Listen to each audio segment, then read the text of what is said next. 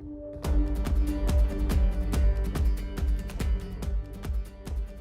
first speaker in this session is David Hughes, the Chief Executive Officer of the Association of Colleges in England. He was formerly Chief Executive of the Learning and Work Institute and the National Institute of Adult Continuing Education.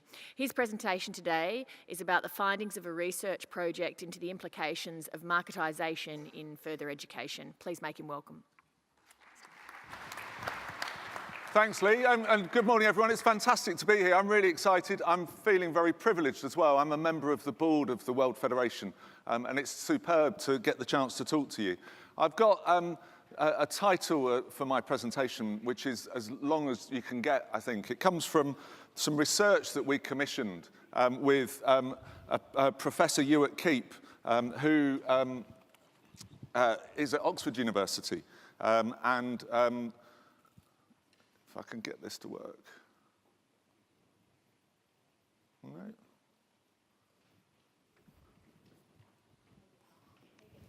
This one maybe. Apologies. So there's this piece of research, and I sometimes think that academics get paid by the word in terms of their titles for research pieces. But it is a piece of research that I'd kind of recommend to you. It's on that website. There's also some other materials on that website that I think are worth looking at. There's a piece by John Widdowson, who's here with us at this Congress, about higher technical skills as well, which I think is a decent read. And what I'm going to do is try and present some of the findings and thinking of that piece of research, but not just to present that research, because I think Ewart himself could do that probably as well as anybody else. And try and use some of my experience over the last 20-odd years, both as a funder and policymaker in government, but also working for colleges and with colleges on how it feels. And I'm going to try and answer three big questions in the next 15 or 20 minutes or so about the system in England. What do we mean by marketisation, and how is that and has that impacted in England? And I'm going to try and do that kind of warts and all. I'm not going to pull my punches. I want to make it as honest and clear as possible. I'm going to then talk about the challenges that sets up for colleges. And those challenges are immense. And I know that in Victoria and other parts of Australia, as well as other countries in the world, the challenges of marketisation and contestability are enormous for institutions that have a public purpose and are trying to achieve the public good. And then I'm going to try and flip it, because I don't want to be negative. I don't want to talk about problems all the time. I don't want to kind of send you away a bit depressed. I don't want you to think that in England everything's terrible, because it really isn't. And talk about what we can do as a sector, what we can do as leaders in the college and polytechnic world, both in our countries and worldwide, to try and script our future, to write what we think the future needs to be, rather than just waiting for somebody else to do it for us. Because all too often, I think we get into that kind of negative, everything's terrible, it's really hard, nobody loves us, nobody understands us, we're a sector that, you know, kind of is always coming second to universities, and so on. So let's grasp that and turn it around. So that's what I'm going to do in the next few minutes. So what do we mean by marketisation?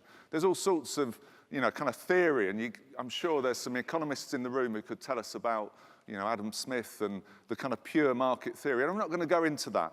I'm just going to give you a bit of a taste for how it feels and how it's been interpreted, I think, in England. And in so many ways, the kind of subtext of what I'm going to be talking about is there's a real confusion, I think, about the place of marketisation and the kind of the opposite of marketisation, the system. So this slide talks about the two ends of the spectrum in many senses. It says at one end, there's a sort of a system approach in which somebody determines what gets taught, who teaches it, who they teach it to, what the regulations are, who's allowed to teach, what the price is, all of those kind of issues that are set by somebody. And therefore, you know, kind of colleges would then just be delivering what somebody else says they need to deliver. At the other end, the market system is a simple one. It's a bit like us going out to buy a cup of coffee or some clothes or a car or a house or other services, where we go into the market, we look at who is offering, and we use our own money, our own resources to decide what we're going to buy. In that system, the relationship is very simple. It's a relationship between provider, supplier of service or good, and a customer who comes along. There's kind of the market forces setting prices. There's the market forces looking at what's on offer and the market forces deciding who will survive and who might not survive in that system. So that's kind of just a simplistic view of two ends of the spectrum. What's it like in England? We're somewhere between the two, not surprisingly. I suspect most of you are somewhere between the two. I've yet to see a system or a completely free market approach taken to post-16 education. If you think you've got one, I'd be really interested in hearing. And I think within the last 10 years in particular, we've had a government or governments who really do want the best of both worlds within this kind of quasi-market system. They talk about an FE system, but actually I don't think we've got one. What we've got, unlike 25 years ago when colleges got a block grant, they got a lump of money and they were able to determine themselves broadly what they delivered. Now we have this kind of set of interconnected quasi-markets. They're not properly market-driven, and I'll explain that in a minute. But there are elements of market in it. That colleges only get paid for the students they enroll. There is competition with other providers and contestability. And sometimes the price is also set in a quasi-market way. Don't know what you want to call it. I call it contestability plus, because it's just a bit more than just contestability. And it comes from this belief, and I think erroneous belief in education, it might work in other markets, that the market approach will bring greater efficiency, it will bring lower prices, it will bring a proper responsiveness to customers, it will lead to a diversity of supply. I think our experience is the opposite. And then this final bit, which I think is the really difficult one, is this sense that the market will deliver what people want, and what people want is what they need. And I think in education, that's probably the biggest kind of way the whole theory breaks down, because I think in so many ways, so many people don't know what they really do need and what they are capable of, and education is partly about helping them grow their ambition and their aspirations. Therefore, their starting point might be much more limited than we'd want it to be. And education is in so many ways helping them realize their aspirations and beyond. But that market bit is then kind of layered on by governments who just can't resist interfering and intervening and tweaking and experimenting. So they set priorities. They talk about this group of people need to be a priority, or that geographical area, or this sector of the economy, or this type of learning. So they keep layering on it. And they use targets and key performance indicators. They set up often very elaborate performance management systems that usually measure the wrong things, don't actually measure the learning gain and the outcomes. They measure the outputs. They set up all sorts of accountabilities, often competing accountabilities for different funding streams.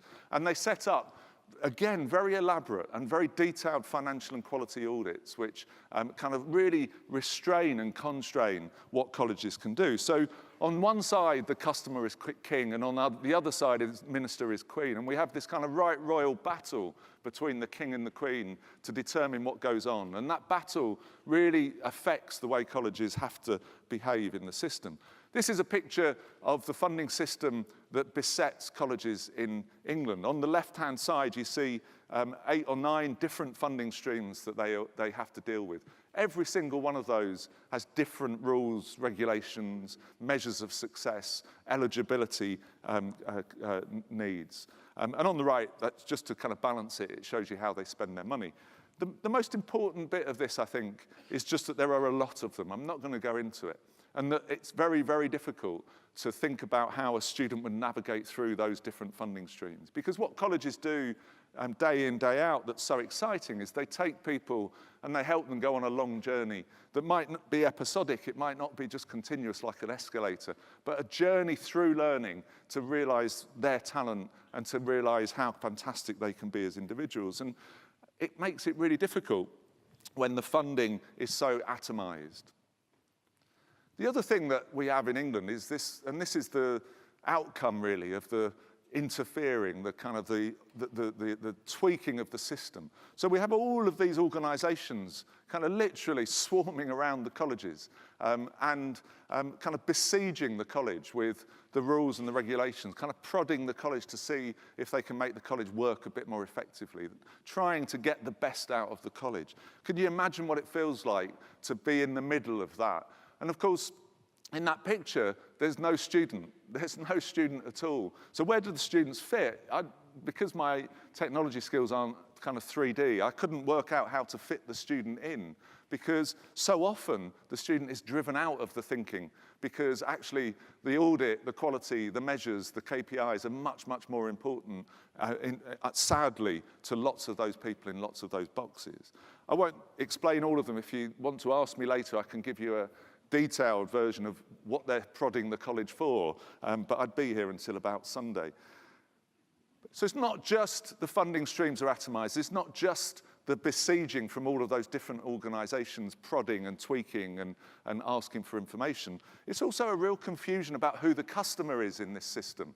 So at one level, the government is the customer, because the government says to colleges, you need to deliver high quality, to deliver on social mobility and social inclusion, you need to deliver productivity, you need to deliver the skills businesses want, you need to work in communities, you need to collaborate with everybody and their dog.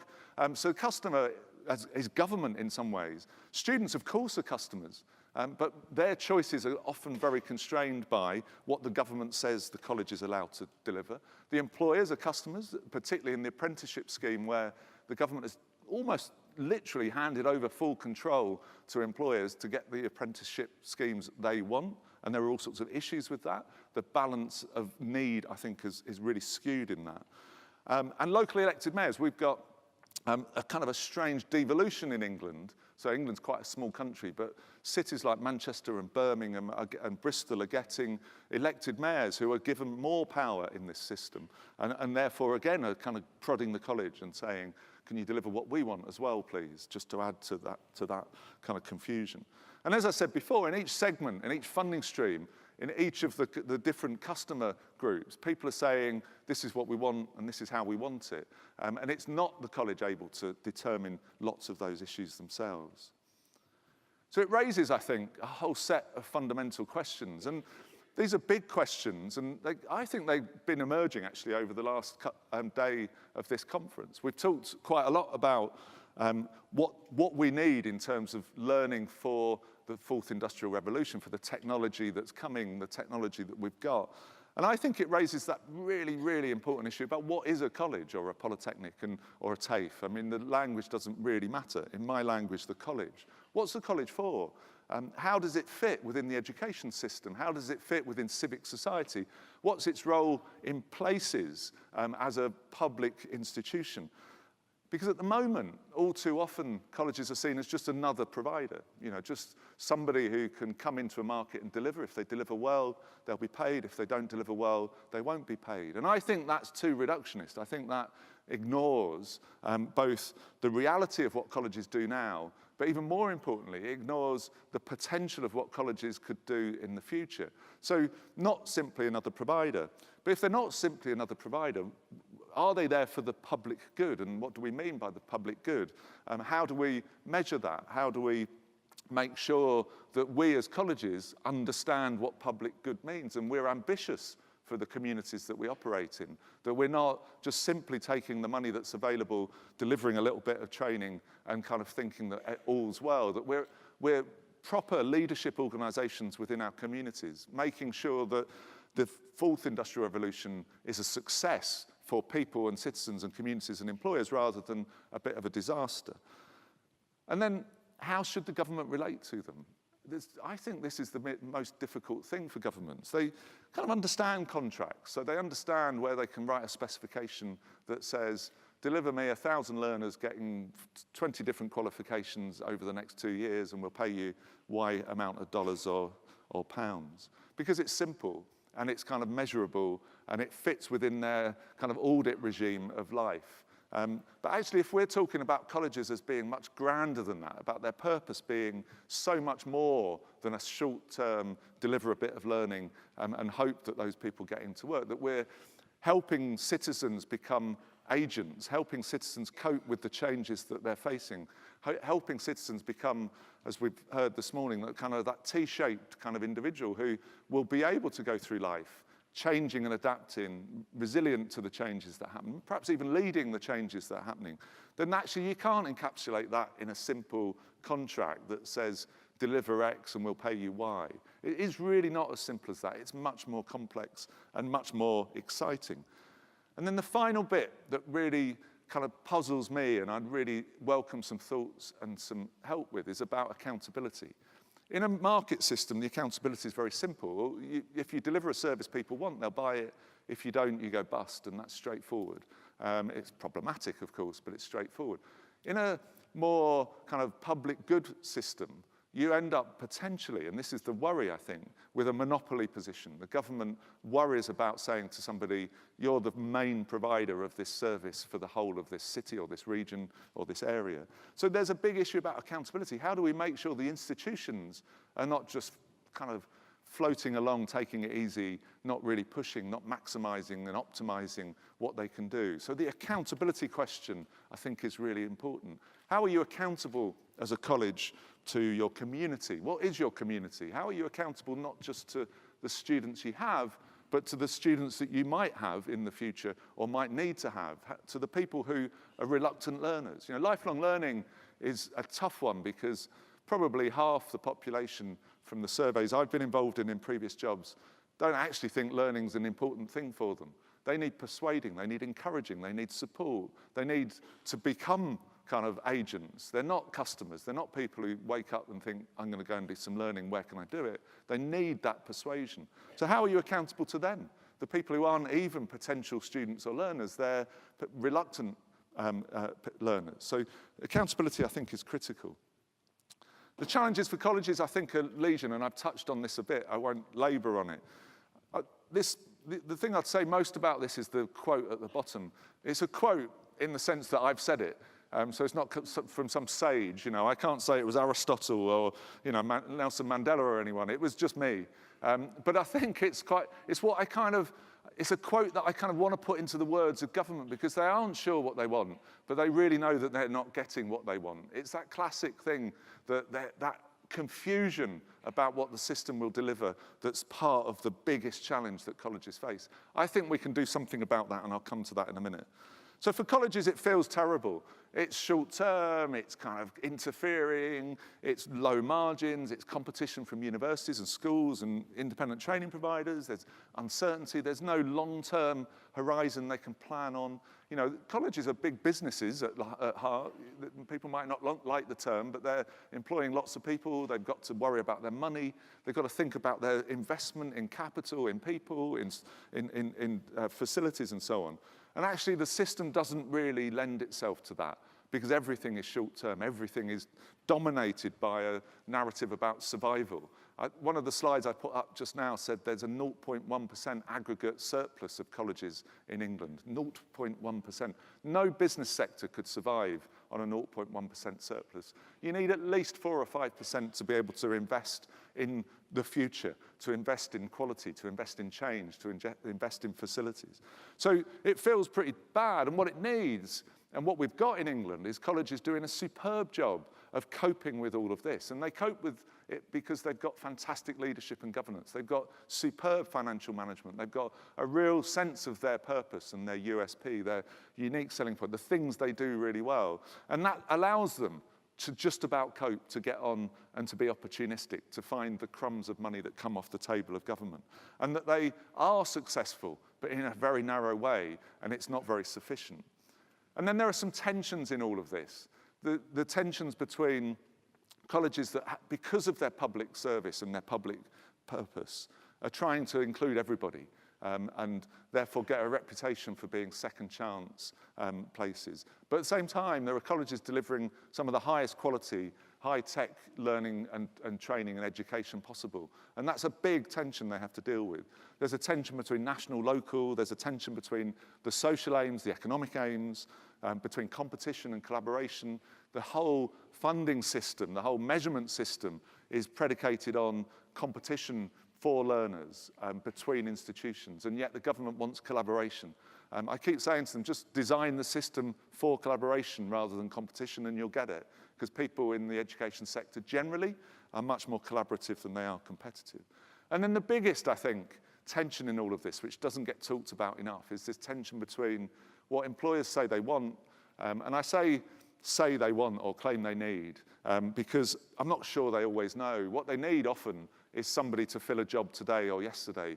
What they don't do all the time is think about the long term and about workforce development. The best employers do it, but there aren't enough best employers. So the tension between what employers are saying and what students are choosing, and Dawn Ward, another principal from England, is here, who was a hairdressing lecturer, talked to her about the debate that's been going on for 20 years in England about why do so many young girls choose hairdressing when there aren't enough hairdressing jobs to fill. I'm sure she'd enjoy telling you.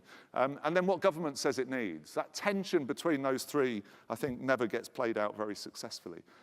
And then I want to just not send you away thinking that it's all terrible in England, because it isn't, because there are some superb things happening. Honestly, if you come to England, we will be able to show you some of the best quality education and training going, where people are realising their ambitions and so on.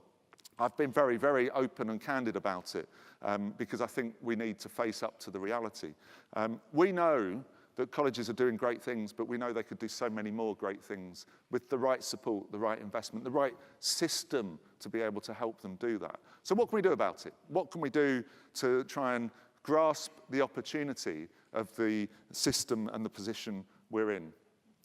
So how can we script the future rather than wait for others to script it for us? Well, I thought it'd be worth sort of thinking a little bit about history.